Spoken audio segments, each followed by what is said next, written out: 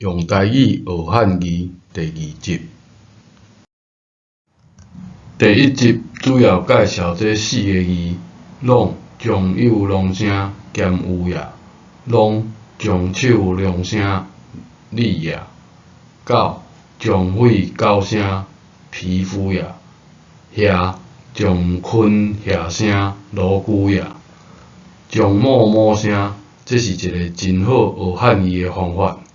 将某代表这个字的意思，某声右边图边的意思，代表这个字的读音。这类的字叫形声字，汉字有7、8声是一款字哦。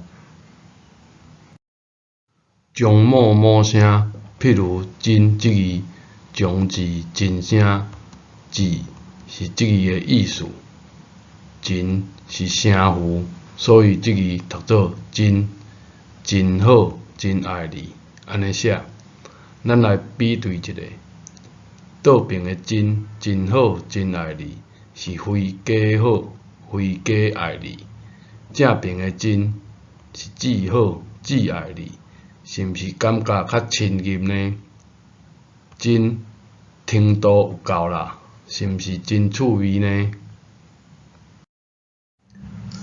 用将某某声来学新字，甲行路有关系，读做踅，踅夜市的踅；甲言语有关系，读做踅，踅踅念的踅。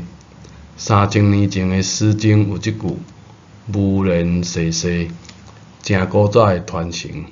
过来，甲言语有关系，读做念，踅踅念的念。踅念意思拢是多言语，像安尼共字无共字，共意思啊吼，用无共字会贴做伙，就叫做共字连词。踅踅念有人考虑这字念，这2字念，但是心念无声，安怎出声呢？正边这字念是呻吟的意思。声音怪怪啊！用共义连词这个方法来检查，用多言语这字念接共意思的踅，是毋是正合呢？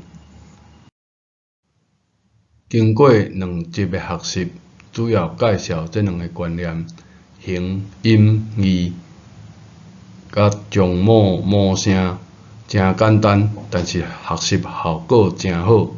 有安尼的观念，狗遐的狗，就无可能写做犬字旁。这字看起来就是骹去折着，行路怪怪嘛。免查字典，就大约知影是这个意思。踅街就无可能安尼写。可怜的教育部学者，不但踅街叫你安尼写，连甲言语有关系的踅踅念，伊教小朋友安尼写。形、音、义，将某某声，遮简单、遮好用的方法，你学教育部的台语，一世人拢学袂晓。